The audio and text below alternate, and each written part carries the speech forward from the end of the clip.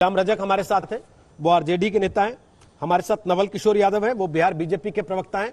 और हमारे साथ डॉक्टर सुनील सिंह हैं, वो जेडीयू के नेता और प्रवक्ता हैं। श्याम रजक, अगर तेजस्वी यादव को नतीजे आने के पहले एग्जिट पोल देखकर ही अपनी पार्टी को यह संदेश देना पड़ता है कि भैया थोड़ा कंट्रोल में, तो इसका मतलब ये कि डर उनके मन में भी कहीं ना कहीं है कि जो बात ये जंगल राज की कह रहे थे ये सही ना साबित कर दें अपने कार्यकर्ता।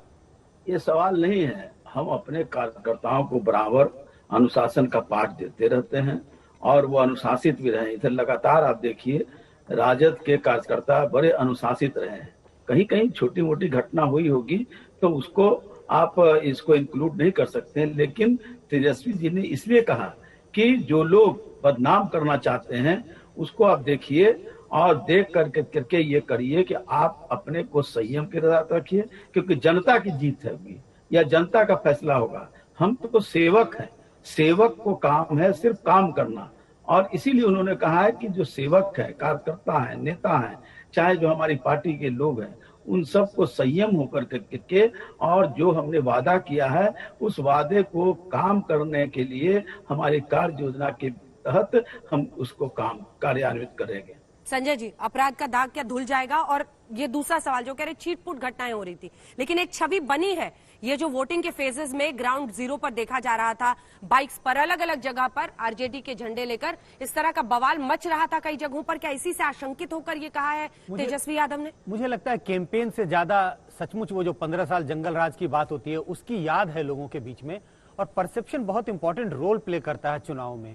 एक परसेप्शन बना हुआ है कि लालू राज के समय में, लालू के समय में 15 साल में एक जंगल राज था और उस परसेप्शन को धोने में, मिटाने में काफी वक्त लगेगा, जिसका जिक्र हम पहले कर रहे थे। लोग अभी से आशंकित हैं बिहार में और ये किसी भी आने वाली सरकार के लिए कुछ शुभ संकेत नहीं है। लोग कह रहे हैं हमने तो अपने सामान पैक करने शुरू कर दिए, कुछ लोग कह रहे हैं हम अपने घर के सामने यादव निवास लिखवाएंगे।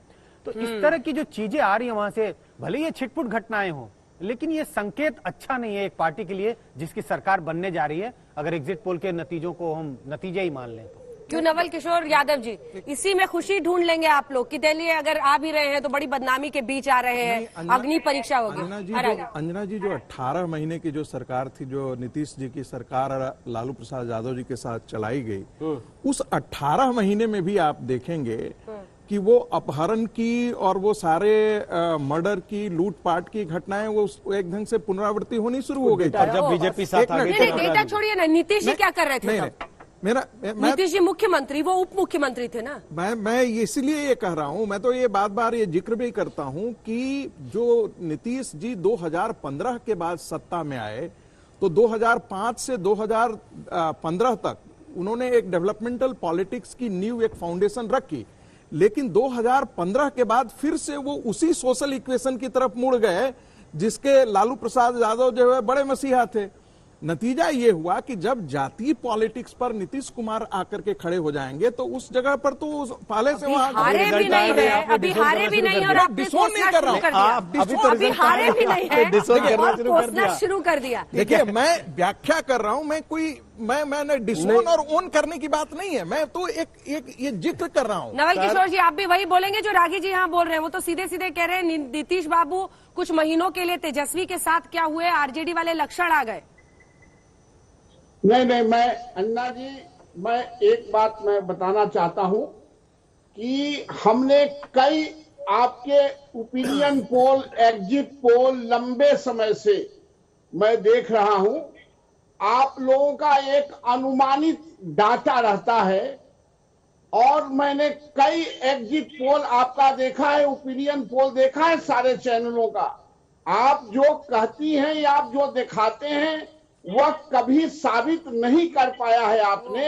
हमने 2015 में देखा है, हमने 2019 में देखा है, हमने 2010 में देखा है। ये आपका डाटा हो सकता है, आपका ये ओपिनियन है। अभी जब तक ये 10 तारीख को बक्सा से वोट नहीं निकलते हैं तब तक ये आप मान सकती हैं, आपके टीम के लोग मान सकते हैं आपने कहां से डाटा लिया है, आपने किनका डाटा लिया है, आपने कहां डाटा लिया। और आप जो ये 18 वर्ष से 25 वर्ष और 25 वर्ष से 35 वर्ष का जो आपने डाटा लिया है, ये किन से डाटा लिया है सोशल इक्वेशन में, ये आप ही बता सकती हैं। हम लोगों के समझ के परे है।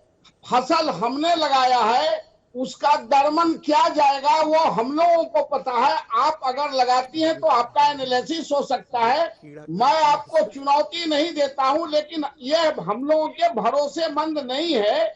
और अभी से जो लोग सोच रहे हैं कि आरजेडी की सरकार बन गई और लोग मकान छोड़ के भाग रहे हैं, गांव छोड़ के भाग रहे हैं, मैं इसको भी तूल नहीं देता हूं। ये जो जनता का निर्णय होता है वो उसको आदमी को गले लगाना पड़ता है और उसके निर्णय को सलाम करना ही पड़ता है।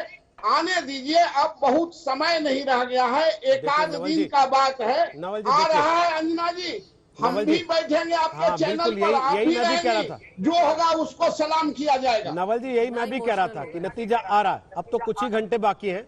हम भी आपको फोर्स नहीं कर रहे हैं कि आप इसको स्वीकार कर लीजिए नतीजे के तौर पर। हम तो पहले ही कह रहे हैं ये अनुमान है।